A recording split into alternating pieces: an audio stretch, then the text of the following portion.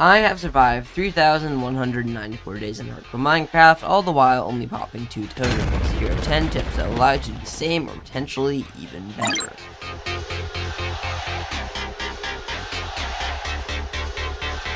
1. Know your own abilities.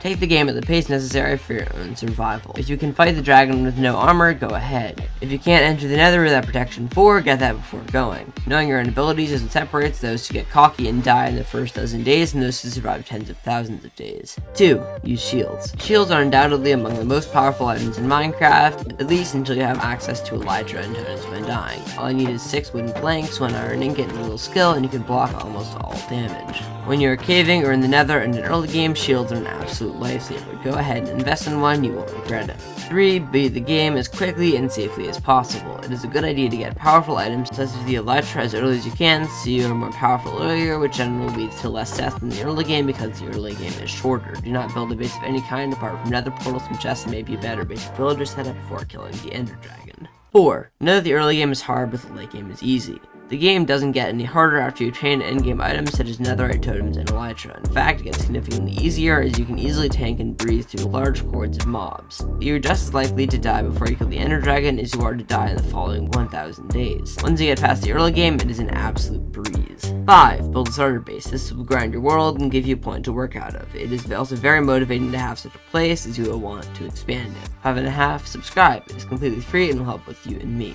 Thank you. 6. Build a raid farm early in the game. The earlier you get access to virtually unlimited totems, gunpowder, emeralds, and redstone, the earlier you will reach the mid-game. The raid farm I personally recommend is the one by ENXO4, as it can be built in a matter of hours and will get you all the emeralds and totems any normal player would ever want. 7. Don't do foolishly risky things for no reason. The more you do stuff like trapping wardens and fighting many withers at the same time, the more likely you are to die. I know that doing risky stuff is done a lot on YouTube, but is not only overdone and uninteresting, but can also be supplemented for much of the more interesting challenge of big mega projects and industrializing your world. 8. Don't focus on dying, focus on not popping totems. I know this sounds unintuitive, but hear me out. The more close calls you have, the more of those close calls turn into deaths. This is much like the last tip in that you don't want to put yourself in unnecessarily risky situations. Minimize the number of close calls you have by putting effort into not popping totems. Set goals for yourself, such as not more than 1 totem pop 100 days, not more than 3 by 1,000, but not more than 5 by 3,000. 9. Build a mega project. In the endgame, the primary threat to your world isn't dying, it is losing motivation.